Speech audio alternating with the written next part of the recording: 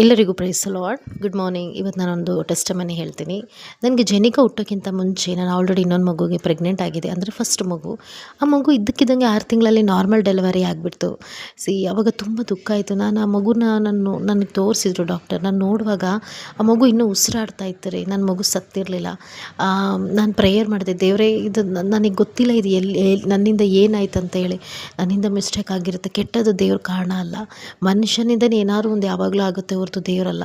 ಯಾವಾಗ ನಮ್ಮ ದೇವ್ರ ಹತ್ರ ಪ್ರೇಯರ್ ಮಾಡಿದೆ, ಇದೇ ಥರ ಮಗು ನನಗೆ ಇನ್ನೂ ನಿಂಗೆ ಕೊಟ್ಟಿದೆಯಾ, ಅದಕ್ಕಾಗಿ ನಿಂಗೆ ಥ್ಯಾಂಕ್ಸ್ ಅಂತ. ನಂಬ್ತಿರಿಲ್ಲ. ನೆಕ್ಸ್ಟ್ ನಾನು ಜೆನಿಕಂಗೆ ಪ್ರೆಗ್ನೆಂಟ್ ಆದೆ. ಇವತ್ತು ನನ್ನ ಮಗುವಿಂದ ನಾನು ಸಂತೋಷವಾಗಿದ್ದೀನಿ.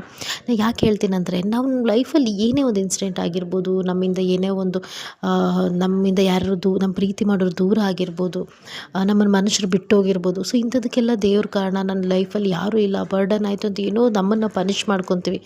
ಇಲ್ಲ, ನಾನು ಹಂಗೆ ಮಾಡ್ಕೊಂಡಿದ್ರೆ ಇವತ್ತು ನನ್ನ ಲೈಫಲ್ಲಿ ಏನೋ ನಾನು ಕರೇಜಾಗಿ ನಾನು ಏನೋ ಹೆಜ್ಜೆ ತೊಗೊಳಕ್ಕಾಗಲ್ಲ.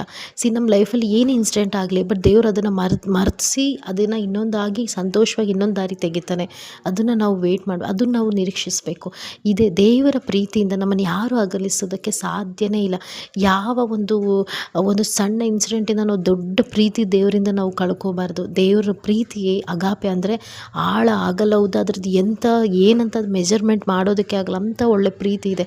ಆ ಪ್ರೀತಿ ಮುಂದೆ ನಮ್ಮದು ಚಿಕ್ಕ ಚಿಕ್ಕ ಇನ್ಸಿಡೆಂಟ್ ಅದೇನಿಲ್ಲ.